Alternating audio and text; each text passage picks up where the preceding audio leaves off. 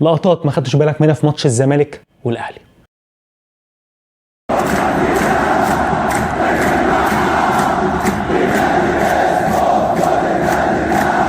قبل ما اتكلم في لقطات عايز اقول حاجتين مهمين جدا. اولا انا عملت فيديو هنا قلت ماذا بعد السوبر الافريقي، فيديو موجود، لكن الزمالك مش معنى فوزنا بالسوبر الافريقي ان احنا مش عايزين صفقات، لا ناقصنا لعيبه عادي يا جماعه، وده لازم نعترف بده، ما ينفعش نحط راسنا في الرمله يا جماعه ونقول احنا فريق كامل، لا محتاج لعيبه على الاقل صفقتين، نمره 6 وينج شمال اجنبي او مهاجم سوبر اجنبي ماشي على الاقل دول، وانا عملت ده في ظل فوزنا بالسوبر الافريقي. يعني احنا كاسبين اهم بطوله لينا السنه دي من الاهلي، والاهلي المستقر وخدنا البطوله، وقلت ان احنا محتاجين صفقات قلت لك. فالحمد لله ما بطلعش اقول كده ساعه الخوض، لا خالص بالعكس، لان النهارده ودي الحاجه الثانيه اللي انا هقولها لك، كل الدعم لجوزيه جوميز اللي عمل شخصيه للاعيبه نادي الزمالك. في مدربين كتير مسكوا الزمالك بما فيهم فيريرا على فكره، مدربين كتير مسكوا الزمالك الفتره اللي فاتت كان اول هجمه خطر للاهلي على الزمالك تيجي جنب العارضه، تيجي في العارضه، تيجي في القايم، الحارس يشيل، ايا كان اي هجمه خطر للاهلي كانت بتوقع لعيبه الزمالك نفسيا، كانت تلاقي اللعيبه ثابت اماكنها، لعيبه مش مركزه، لعيبه بتعترض، بيحصل عصبيه كبيره عند اللعيبه.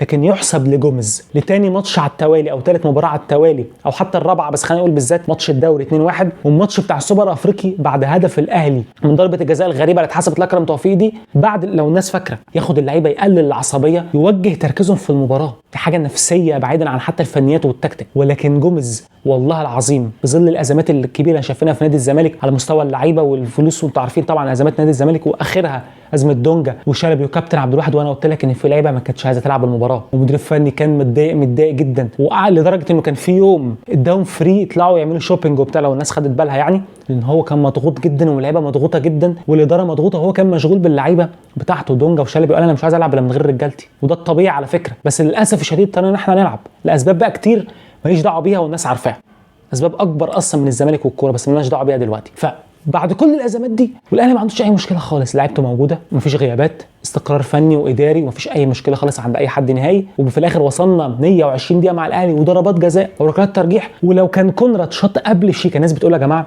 كونراد شاط، يا جماعه كونراد كان لازم يشوط بتاعت شيكابالا، افهموا والنبي الله يبارك لكم، كونراد شاط بس بعد بتاعت شيكابالا، كان المفروض كونراد يشوط بتاعه شيكابالا، لان كونراد وانا قلت لك ان هو بيشوط ضربات الجزاء كويس، كان ممكن يشوط ويضيع، بس انا بكلمك عن احنا نعمل يعني كان ماشي خلاص دي ضربه جزاء وضاعت وخلاص مش مهم، ولكن انا بتكلم على حاجه اكبر، فكره شخصيه نادي الزمالك مع جوزيه جوميز، ده الاهم من احنا كسبنا المباراه الاهم والبطوله الاهم السوبر الافريقي، السوبر المصري ما يجيش 1% من السوبر الافريقي، السوبر الافريقي هو اهم بطوله للزمالك السنه دي، وديك شايف الحزن حتى والاهلي كسبان سوبر مصري في دماغه برده ان هم خسروا سوبر افريقي من الزمالك، ولكن احنا كسبنا زي ما قلت لك الاهم بسبب طبعا بفضل الله ثم شخصيه جوميز مع اللعيبه، ان احنا بقى عندنا شخصيه في ماتشات القويه كلها، نهائيات الكونفدراليه قدام بيراميدز قدام الاهلي، في ظل ان احنا ممكن نروح علينا هجمات خطر ودي، لكن احنا برده واقفين على حيلنا، عندنا شخصيه في الملعب. ومن اللعيبه اللي ادت شخصيه لنادي الزمالك عبد الله السعيد وناصر ماهر، ودول اللي احنا هنبتدي بيهم اللقطات. وجود عبد الله وناصر في نادي الزمالك ومن صفقات القرن لنادي الزمالك،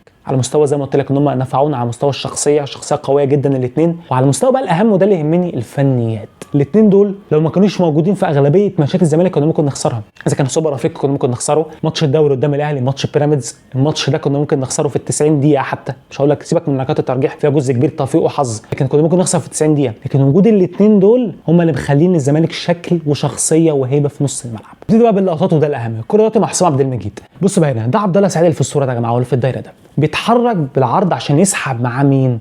مروان عطيه اللي هو المان، يعني كولر مدي بيقال مروان عطيه انت المان بتاعك عبد الله اثناء الخروج بالكوره، وبالتالي مروان مسك عبد الله، فايه اللي حصل؟ عبد الله اتحرك شويه بشكل عرضي على الطرف عشان يخلي ناصر هو اللي ينزل يستلم ايه؟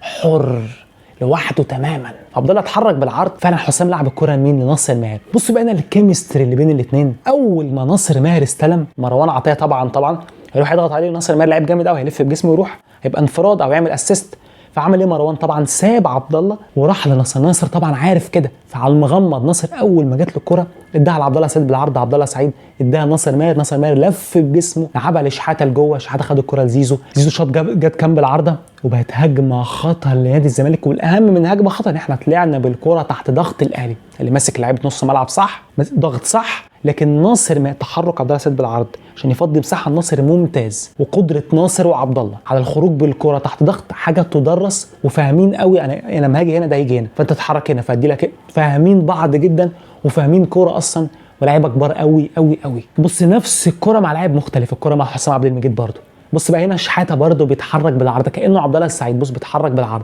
عشان يسحب معاه لاعب الاهلي برده. فمين اللي نزل يستلم؟ طبعا المغمض ناصر ماهر اللي نزل يستلم. اول ما استلم ناصر ماهر خد الكره لف بجسمه اداها لزياد كمال، زياد كمال خد الكره طلعنا بيها بالهجمه اداها ناصر ماهر تاني وطلعنا تحت ضغط النادي الاهلي بسهوله.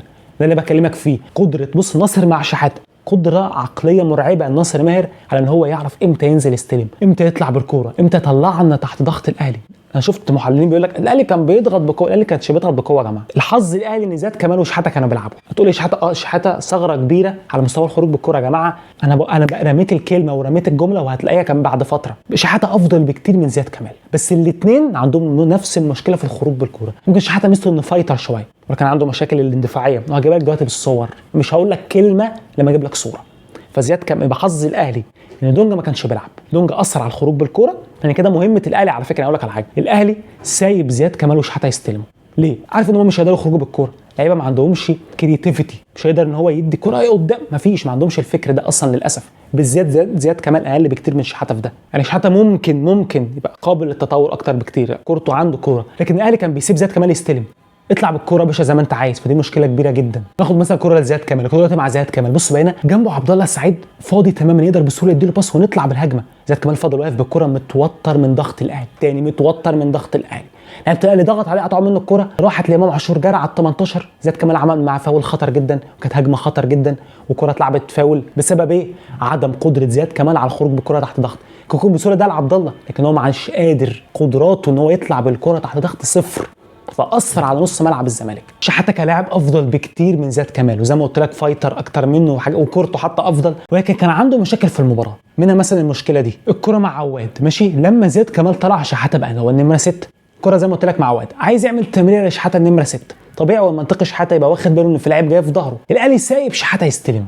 خلي بالك من دي بقى، هم قاصدين ان شحاته يستلم ليه؟ عشان عارفين ان هو مش هيقدر يطلع بالكره بشكل كويس. اول ما شحاته استلم لعيبه الاهلي ضغط عليه، اتوتر، عمل ميس باس لامام عاشور، راح حسام عبد المجيد حط رجله قطعت الكره، لكن كانت هجمه خطر جدا للاهلي بسبب ميس باس من محمد شحاته اثناء الخروج بالكره، عشان لاعب من الاهلي كان لسه رايح يضغط عليه، ما ضغطش عليه، هو كان لسه رايح يضغط عليه. كان ممكن يرجعها لعواد، يطفش لجوه، يطلعها في الاوت، كان ممكن يعمل حاجات كتير جدا، ولكن قدره شحاته على الخروج بالكره تحت ضغط مش عاليه، افضل من زياد كمال لكنها مش عاليه. انا عايز اتكلم على كره ثانيه لمحمد شحاته، اندفاع يعني لمحمد شحاته، ولكن عايز اتكلم على مهم جدا لعبد الله السعيد. الكره دلوقتي مع محمد السيد اللي نزل احد ناشئين نادي الزمالك، وعلى فكره اللاعب ده هيبقى كويس جدا كمان، كورته عاليه قوي قوي قوي ومهاري ومراوغ ممتاز، ولكن في الكره دي زودها شويه، فلعيبه الاهلي قطعت منه الكره بسهوله، طبعا راحوا بهجمه مرتده. بص بقى الكره دلوقتي مع مين؟ مع قفشه، بص مين اللي وراه؟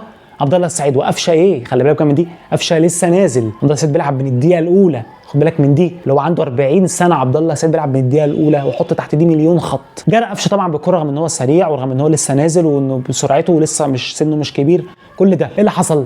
قفشه جرى طبعا بالكره، عبد الله السعيد جرى عمل سبرنت، دخل مع قفشه حط رجله قطع الكره بمنتهى السهوله من قفشه، لكن مجهود مرعب من عبد الله.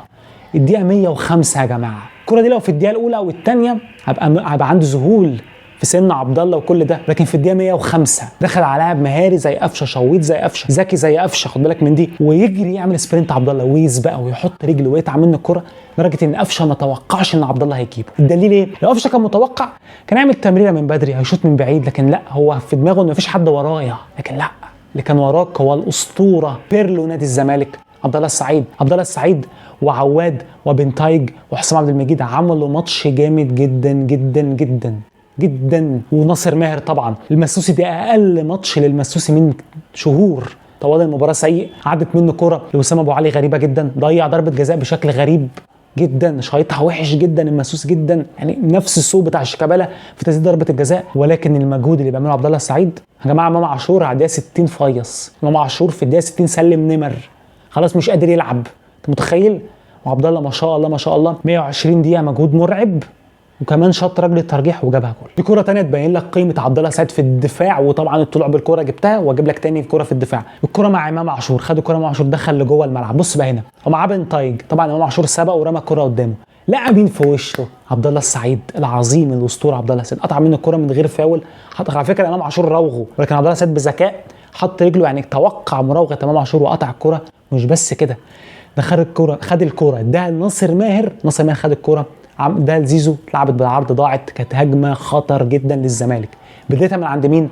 عبد الله السعيد هو اللي قطع واللي مرر بطريقه اسطوريه كالعاده من عبد الله السعيد. الكوره بقى بتاعت شحاته اللي عايز اتكلم عليها بقى، اللي تدل على اندفاع شحاته وخروج شحاته من مركزه، واللقطه دي محدش هيقول لك عليها. الكوره معاه حياته الله. بص بقى مين اللي مايل ده يا جماعه عليه؟ محمد شحاته. يعني معنى كده ان شحاته سايب ايه؟ سايب قلب الملعب. يعني بص امام عاشور فاضي ازاي؟ طب دي هتؤدي ليه؟ هتشوف. حاطط لعب عرضيه طلعها دفاع الزمالك، ردت لمين؟ طبعا لامام عاشور في الزون 14، وده اكتر مكان بيسجل منه امام عاشور على مدار تاريخه مع الزمالك ومع الاهلي. طول الاغلبيه العظمى من اهداف امام عاشور من الحته دي. وشحاته سايبه ومتطرف على لاعب واقف لوحده، رغم ان معاه 2 لعيبه من الزمالك. يعني 2 لعيبه من الزمالك معاه، او حتى لاعب من الزمالك معاه. متطرف ليه؟ سايب امام عاشور ليه؟ في اخطر حته ليه. ده دونجا ما كانش بيسيبه ثانيه عشان الحته دي. خلي بالك دونجا ما كانش بيسيب امام عاشور عشان وجوده في الحته دي، في الزون 14، في القوس ال 18 او على خط ال 18 بره الفرق مثلا كام سنتي او نص متر ولا حاجه. فشحاته سايب كل ده وراحت لامام وشاط جت فوق العارضه. افرض دخلت، ما هنا بقى يا جماعه لازم تعمل انت كلاب، ربنا سترها. ولكن دي هجمه محدش هيقول لك عليها، هجمه ضاعت طارت في السماء. لحد فاكر الهجمه دي اصلا لانها فعلا امام عاشور الله يبارك له بقى طوحها في السماء. لكن دي امام عاشور الكره دي سجلها في الاهلي على فكره مع الزمالك، وسجل مع الاهلي كتير، فكره مميزه لامام عاشور. ولكن امام عاشور طبعا ما عملهاش بشكل كويس. لكن ده خطا من مين؟ من شحاته. سايب قلب الملعب ومتطرف على لاعب مش واقف لوحده، معاه 2 لعيبه. عارف لو واقف لوحده ماشي يعني، لكن لا، واقف معاه 2 لعيبه. حضرتك سايب مكانك ليه؟ دي مشكله شحاته، بيسيب مكانه كتير. ومفيش مدرب في العالم بيعتمد على لعيب بالشكل ده. طبعا كلامي هتيجي تقول لي قاسي، والله العظيم مفيش مدرب هيعتمد على لعيب بيسيب مكانه بالشكل ده. وهو 6 بيسيب مكانه، 8 بيسيب مكانه، باك بيسيب مكانه. مشكله كبيره يا جماعه. لازم كل لاعب يلتزم بالمركز بتاعه. وصدقني يا شحاته لو وقفت في المكان اللي انت موجود فيه، اذا كنت 8 اقف مكانك، 6 اقف مكانك، صدقني يا شحاته هتبقى عالي. يا شحاته كورتك كويسه، محتاج تتطور. لكن محمد السيد كورته اعلى من شحاته، انا بقول لك بامانه. لكن ممكن يكون شحاته فايتر شويه عن محمد السيد، لكن محمد السيد كورته اعلى بكتير من شحاته، واعلى بكتير طبعا من زياد كمال. ولكن كل ده يؤدي لايه؟ ان الزمالك محتاج صفقات. كونراد اللي مش شايف قدامه ضيع 5000 كوره، وضيع كور غريبه. يعني في كور لو بس عمل تمريره بالراحه شويه كانت انفرادات لزيزو والجزيري، لكن للاسف لعيب هو لا يوجد الا في المساحات. هو عايز الكوره في المساحه، ساعتها ممكن يعمل حاجه. لكن طول ما الكوره في رجله مش هيعدي، مش كده خالص. مش هيكمل كمهاجم تاني، مش بتاعته. هو للاسف لاعب ليه شكل معين في اللعب، تبقى انت متقدم ينزل يعمل لك الفارق للاسف. فالزمالك لو كان بس معانا وينج شمال اجنبي ونمره 6 محترم بديل لدونجا، او كان دونجا موجود بس برضه احنا مش هنفضل نعتمد على دونجا بس، لا، لازم لاعب معاه على الدكه ربنا يخرجه بالسلامه يا رب. دونجا نجم، دونجا وجامد، وعرفنا قيمته لما زاد كمال وشحاته لعبوا. انا بقول لك بامانه لو كان موجود كان هيوقف خطوره 3/4 لعيبه الاهلي في نص الملعب، وكان هيقدر يخرجك بكره تحت ضغط الاهلي بسبب الكيمياء اللي بينه وبين عبد الله وناصر. لكن رسالتي للاداره اتمنى ان احنا نجيب صفقات. ما اعرفش طبعا مش هنلحق النهارده نجيب، اعتقد النهارده اخر يوم في القيد، لو في يناير. وهنا بقى لو وصلنا ليناير تبقى محضر لعبتك تاني. يعني ما نجيش في يناير نبتدي ادور من دلوقتي دور على لعيبه وتعاقد من دلوقتي. مفيش حاجه، مش قصدي تعاقد، يعني اتفق مع لعيبه من دلوقتي، بس كان لعيبه في الدوري المصري او بره الدوري المصري، في نمره 6 وفي الوينج الشمال. ولو نعرف نجيب فرود مصري من الدوري المصري مفيش مشكله، موافق. ونجيب وينج شمال هداف يقدر يلعب في المساحات الضيقه، ونمره 6 يقدر يخرج بالكوره. ده اللي هيدينا باذن الله الافضليه. وصدقني لو الزمالك عمل صفقتين او 3 سوبر، انا بقول لك اهو هتنافس على دوري وكل البطولات هتنافس عليها لاخر ماتش. خليك فاكر بس الكلمه دي.